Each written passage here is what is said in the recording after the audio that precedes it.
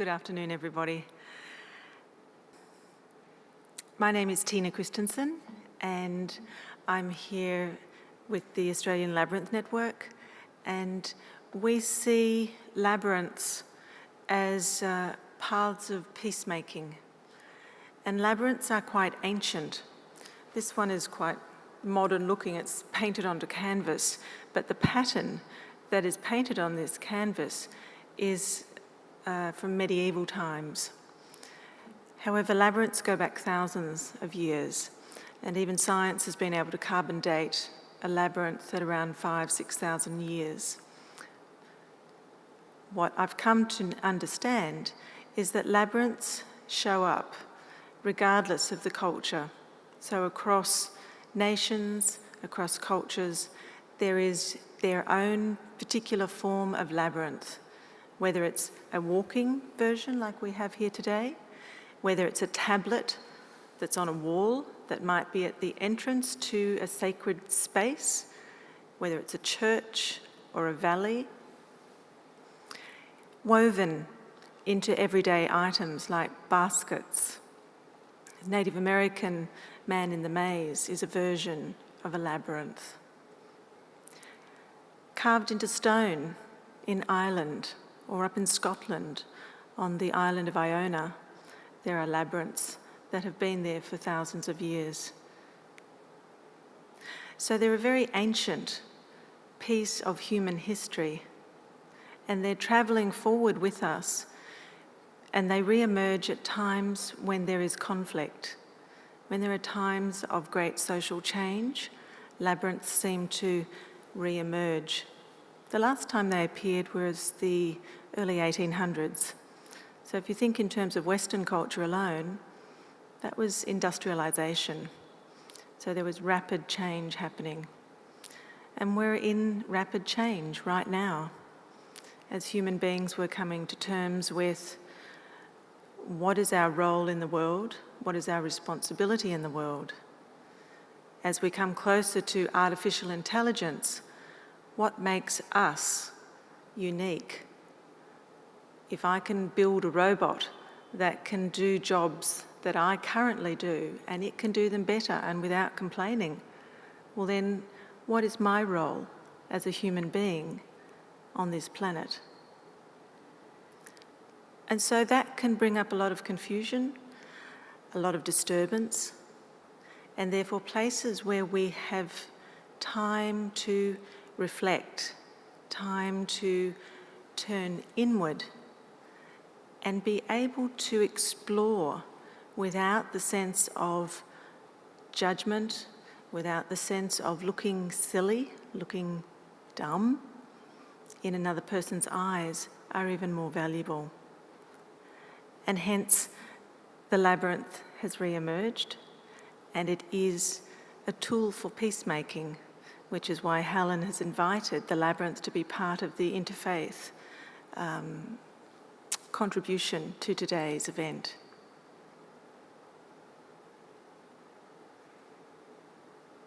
So let me go back a step. I have with me a large shell, and I don't know if you've listened to a shell recently as an adult, and you may remember as a child listening to a shell and hearing the ocean. Well, it still works as an adult. And what I love about this is that I'm here with you, but I've actually turned in and I can hear what's inside of me. So it's an invitation to listen within, not just listen to my voice or an outside voice. And these two shells, there's one at the entrance to the labyrinth, and I'll place this one there. If you choose to come and walk today, I invite you just to pick it up and to listen before you take your very first step in the labyrinth. And let this listening lead your foot into the labyrinth, and then your next step in, and your next step, and see where it takes you. And a labyrinth looks very similar to a maze. You might be familiar with a maze where you'll have multiple entry points, you'll have dead ends, and there's a sense of excitement, a sense of fear. Will I make it? Will I get lost in a dead end? And a maze is a pattern that looks a little similar to this, but its intention is to increase excitement and adrenaline. There's a fear that I may not succeed. I may not get to the centre. A labyrinth has the polar opposite purpose. There is the entry point, and that is one path. You just take one step after the other. Follow the path and you'll succeed. You will arrive at the centre. And it's a bit like a metaphor for living. You can live life as though you're in a maze, or you can live life as though you're in a labyrinth, and then choose how would you prefer to live your life.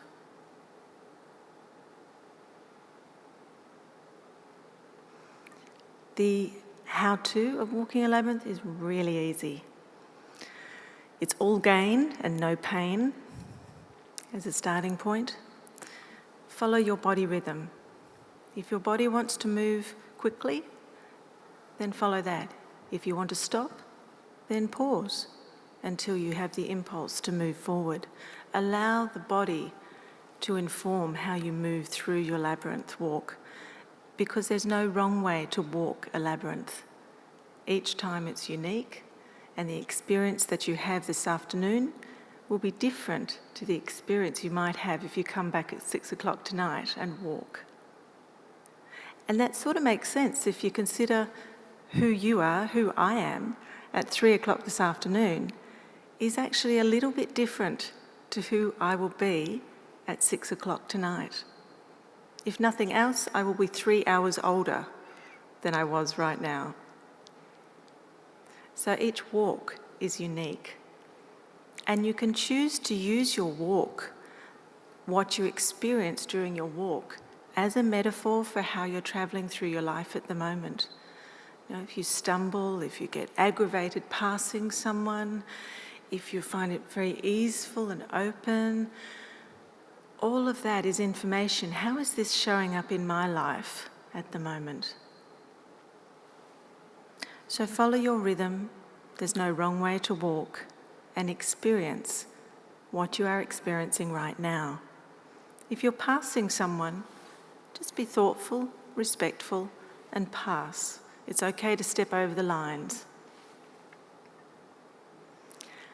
And some people like to follow a three-part way of making their way through the labyrinth.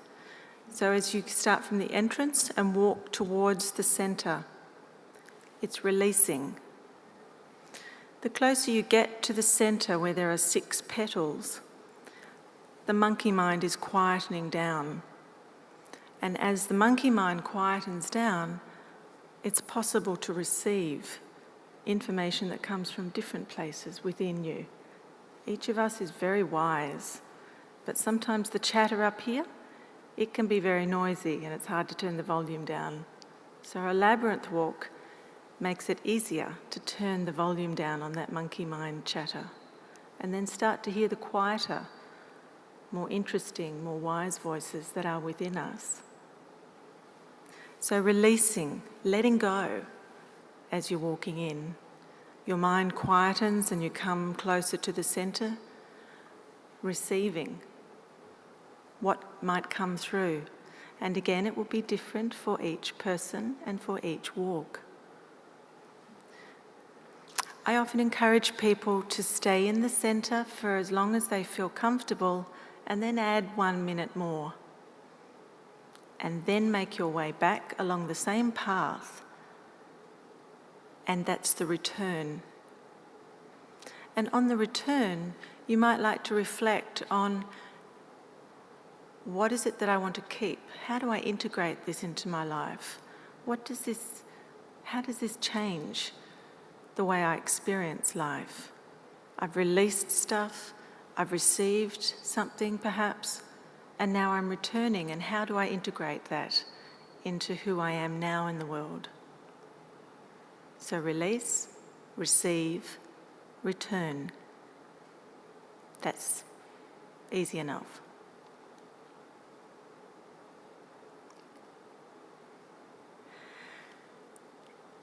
And then, as a possibility this afternoon, and it's purely by invitation, you may choose to just come in and walk. You may have been working, you may have had a lot of information or circumstance to deal with, and so for you, walking would be just, what can I let go of? I can let go of not finding a car space. I can let go of the house is messy. I can let go of the to-do list that's not finished.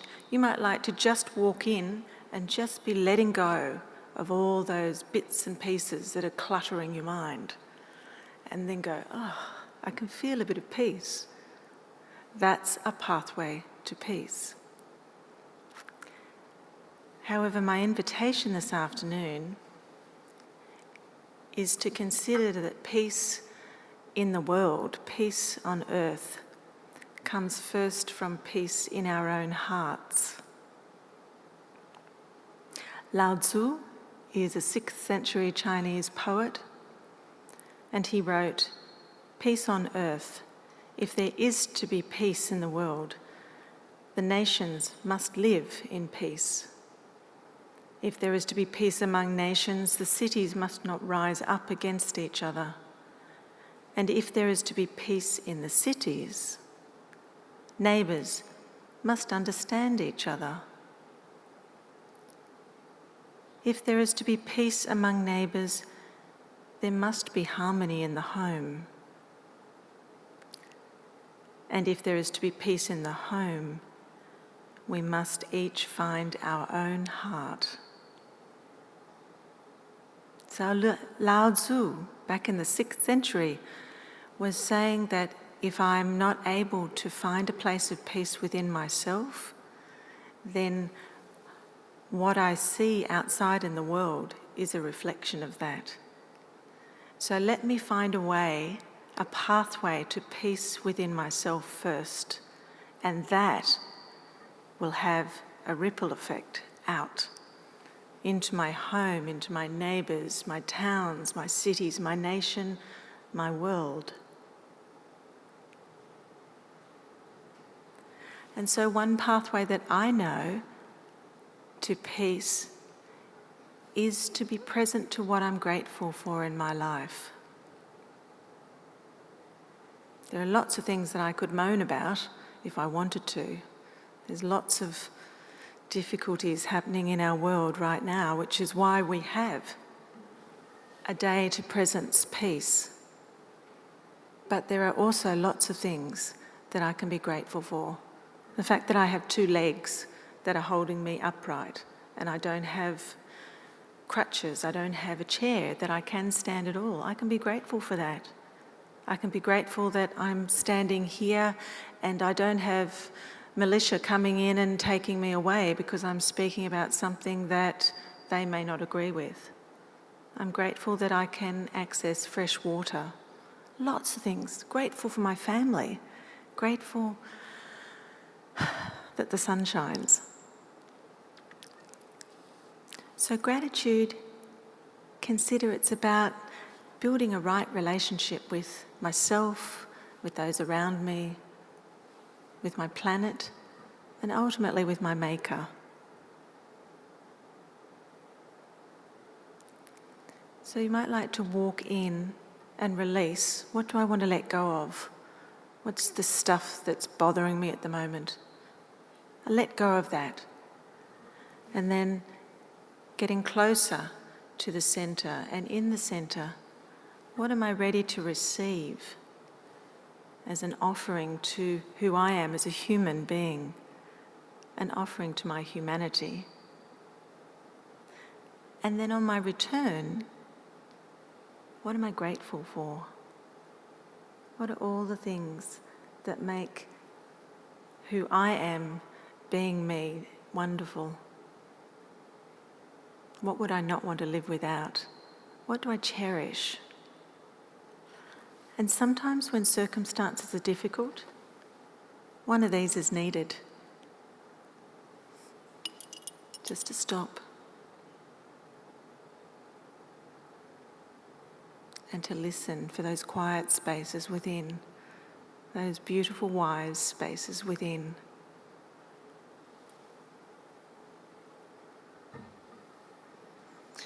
So as Helen said, this is an indoor labyrinth, and we ask that you take your shoes off to walk.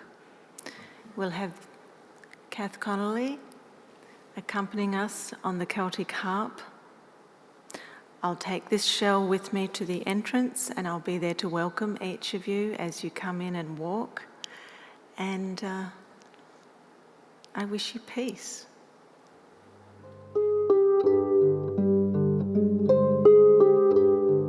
So, ladies and gentlemen, that brings our session to a close for this afternoon. Kath Connolly has stepped away from the harp, but thank you to Kath for the beautiful accompaniment to our walking. And thank you to each of the walkers who came this afternoon and lent your own presence, your own beauty to this process, and considered how peace is with you. Being here today is a contribution to the International Day of Peace. What is it to have peace in the world? So let me just take you back to where we began, back in the 6th century with Lao Tzu and his poem. And if you like, gently close your eyes and let the words wash over you. Peace on earth. If there is to be peace in the world, the nations must live in peace. If there is to be peace among nations, the cities must not rise up against each other. If there is to be peace in the cities, neighbours must understand each other. If there is to be peace among neighbours, there must be harmony in the home.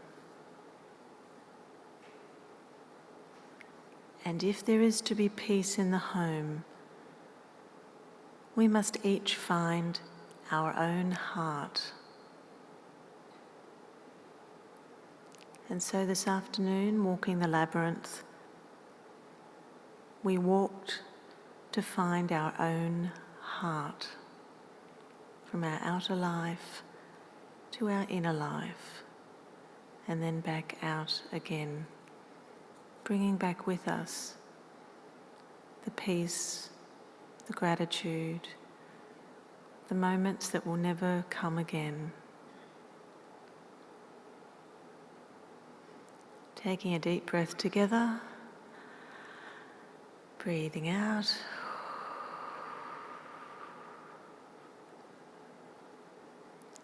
Thank you all so much. Helen Summers, thank you so very much for organising today. A magnificent effort and lots of work that doesn't go unnoticed. Thank you all.